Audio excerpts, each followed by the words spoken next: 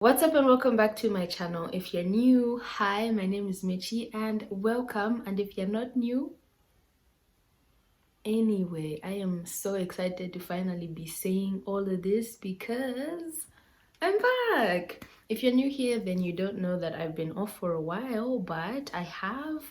And if you follow me on Instagram, then you know exactly what this video is. So today's video is going to be a mental health Q&A because lots of people have lots of questions ever since I told everybody that I'm struggling with depression and anxiety. So just to serve as a disclaimer, I'm going to say a few things before we begin. Number one, this is extremely terrifying and I don't want it to come off as something that I'm doing easily. I mean, it's taken me like 6 months to get this video out, so that should give you an idea of how tough it is to make a video like this. And second, I'm not a professional. I have not studied anything.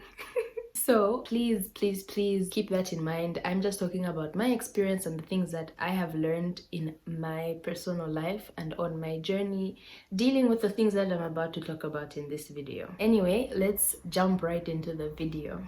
I'm going to try to answer as many questions as possible. If you did ask a question and you notice that I haven't answered it, just know that it's not for talking about on the lines. The first question I'm going to tackle is, how did I get my parents to understand mental health and not just see things as though I was overreacting? I think it's worth noting that my parents aren't stuck in their ways like lots of people are. I think they are always open to learning about stuff. So basically, I was in the trenches and the trenches were trenching. But when I found out that I was like clinically depressed, I just called my parents and I said like, the girl is struggling. And because they've already had experiences with people struggling with mental health, they didn't make such a massive deal out of it, like, oh my god, you know, They're very supportive, and for that I'm extremely grateful. I know I'm really blessed. So yeah, I guess if I was someone without such parents, what I would do first is provide them information, like send them links or send them videos so that you're talking about something that you're all familiar with, you know what I mean? Like, you can't expect someone to understand something if they're encountering it for the first time. Like, obviously there's going to be that learning curve. So yeah, just start from there. But if you're not capable of doing that, then ask someone else who can, like an older sibling or an aunt, because they can act as a bridge between the two of you. The next question I'm going to answer is, how do I think the quote-unquote men don't cry mentality has affected society? And I could make an entirely separate video on this specific topic, but obviously it's negative because if men were not supposed to cry, they would not have tear ducts. But the presence of the tear ducts means that they must cry. If you're a guy, this is a safe space. Please cry. I think it has affected society negatively, but I also feel like there's a change coming, and I can see it in some of the males in my life. They're more comfortable opening up about certain things and crying and just grieving and showing that they're not okay and that they're not always strong. So if you're one of those guys, big ups to you. The next question I'm going to answer is, what signs note that I am depressed / anxious / having a panic attack? And there are many symptoms of these things. I'm just going to leave them all over the screen or put a screenshot of these symptoms, and basically these are the symptoms and signs of depression, anxiety, or panic attacks. The next question is, can optimism be toxic? Simple answer: anything that you do in excess can become bad. So like, stuff can be good, but if you overdo it, you're overdoing, I don't think it would be a good thing for much longer. So yeah, optimism can be toxic. The next question I'm going to answer is, when do you know you need help? I think this varies for everyone because we know ourselves differently, and if you don't know yourself, maybe that's the starting point. It's like getting to understand who you are as a person. I personally knew I needed help when I started to affect the people around me, because when I'm experiencing something, if you know me personally or you've come to know me through the things I post online, you know that I'm very expressive, and when I'm going through things, I share that with people. But if you're going through negative things for an extended period of time, that starts to have an effect on the people around you. And I think that's when I was like, it's not giving. I've been saying I'm sad for like 3 months now. It's not cute anymore. And the people around me were also starting to feel that, and we're also starting to match my energy. And that's when I knew I needed help. And yeah, the next question is basically the same. It reads, how do you know you're depressed and not just having a bad day or week? Refer to the symptoms or just look up symptoms on your own. You might find something that you didn't know. The next question I'm going to answer is, can you treat depression without seeking help from others? I don't know, but I will give you my opinion, and I don't think you can. You see, human beings are made to socialize, and one of the things that depression does is make you feel like you need to isolate yourself because you don't want to spread that bad energy. Maybe you feel like you're a burden to other people, and so depression closes you up. And so it's a bit counterintuitive for you to try to treat something that makes you feel so alone by not seeking help from others. You know what I mean? I feel an important part of healing is opening up, and so I don't think you can treat depression without seeking help from others. You need therapists, you need psychiatrists, you need your family, you need your friends, you need to talk to someone. You need to feel like you're not by yourself in this massive, scary world. The next question is, what are some of the things that have helped / are helping me get through this? Number one is definitely opening up. I will talk to anyone with ears about my depression. No, I'm joking. I am learning to be more open about these things because in the beginning of this journey, I guess, I was very closed up. Also, music is very helpful, and I don't mean like sad music. I mean like really upbeat music, which is why I'm so into K-pop, because it's like it's just great energy. Another thing I do is journal, and also because I'm Christian, I pray and I do Bible study plans and I read my Bible when I'm feeling really down, and even when I'm not. Just like making these things habits and incorporating them into my everyday helps me stay stable. The next question is, does going offline help your mental health? This also depends on who you are as a person. For some people it will, like if you're me and you spend lots of time on your phone and you find that it doesn't make you feel better, you might find that taking a break and going offline might help you put things into perspective, take some time off for yourself, and connect with the people who are actually around you instead of just like becoming a zombie and staring at your phone the whole day. But for some people it won't help. I mean, I have gone through times in my life where going offline did help my mental health, and then there are also times when I go offline and it doesn't do anything. So it just depends. The next question is online counseling or in-person counseling.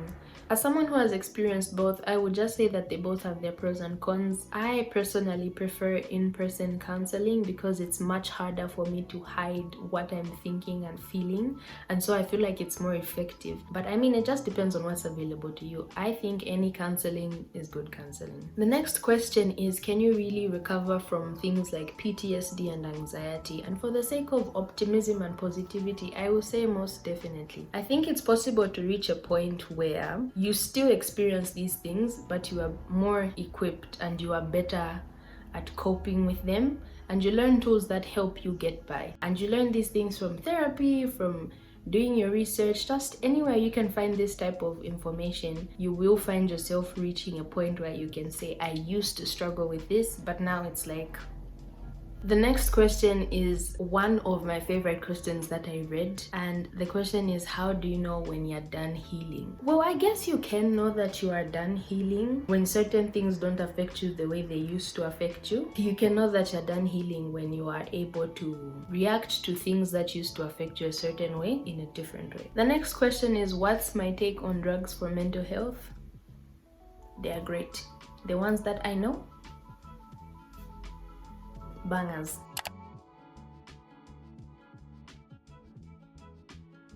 The next question is, does the environment a person is in affect how depressed they get? Simple answer, yes. Different environments can cause different feelings to come up, and then those feelings can trigger things. So yeah. The next question is, how did I open up about my struggles, especially to my parents? This was a tough one because generally I'm not the type of person who would tell people when I'm feeling bad. I just stay away from spreading negativity as much as I can.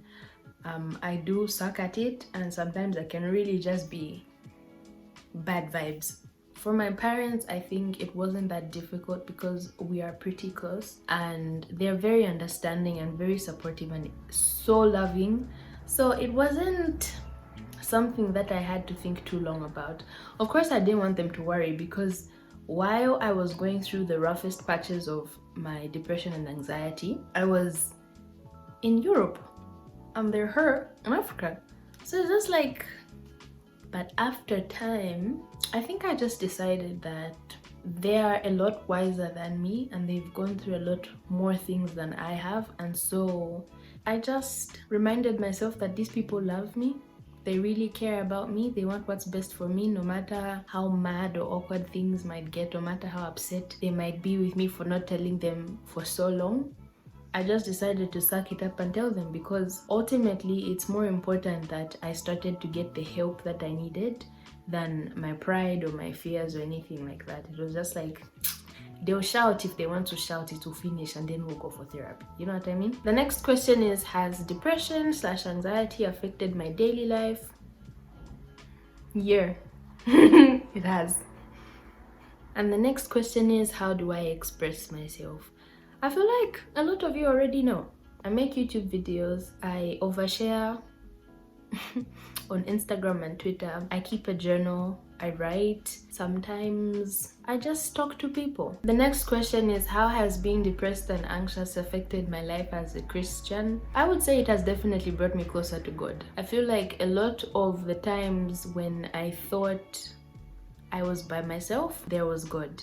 And also, because, well, this is unfortunate, but because I had isolated myself so much and pushed so many people away, I found myself having so much free time. Just finding myself with so much free time, and then that enabled me to spend more time in my Bible, spend more time in devotionals, and I think I'm a better Christian for it. My relationship with God definitely improved the times that I was at my worst, and I think I've mentioned before the Arise online classes that I started doing. They came at the perfect time last year. I was really just in need of a constant source of information, a source of the Holy Spirit, and those classes, they definitely provided that for me.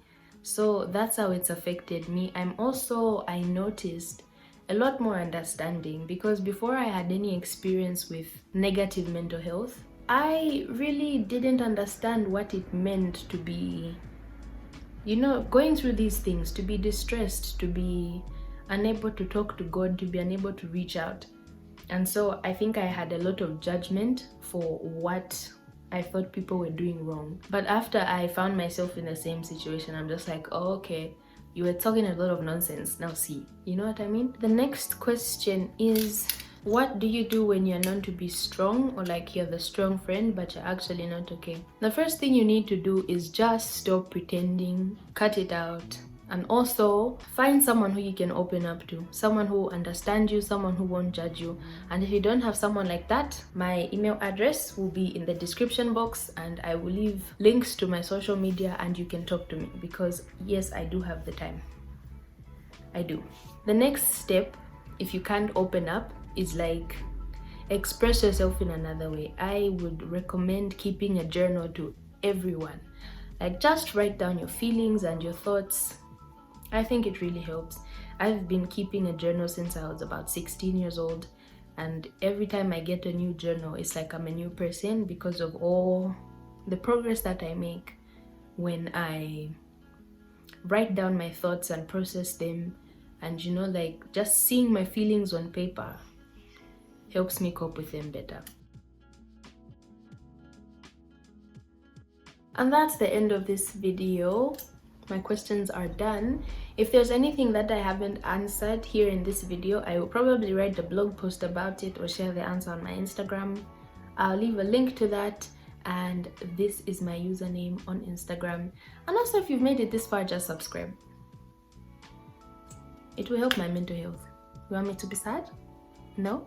Then subscribe and like this video, and please share it with your friends and family, or anyone who might need it, because sharing is caring. And yeah, I'll see you guys in my next video, which will come soon, hopefully. And yeah, thank you so much for watching. Bye.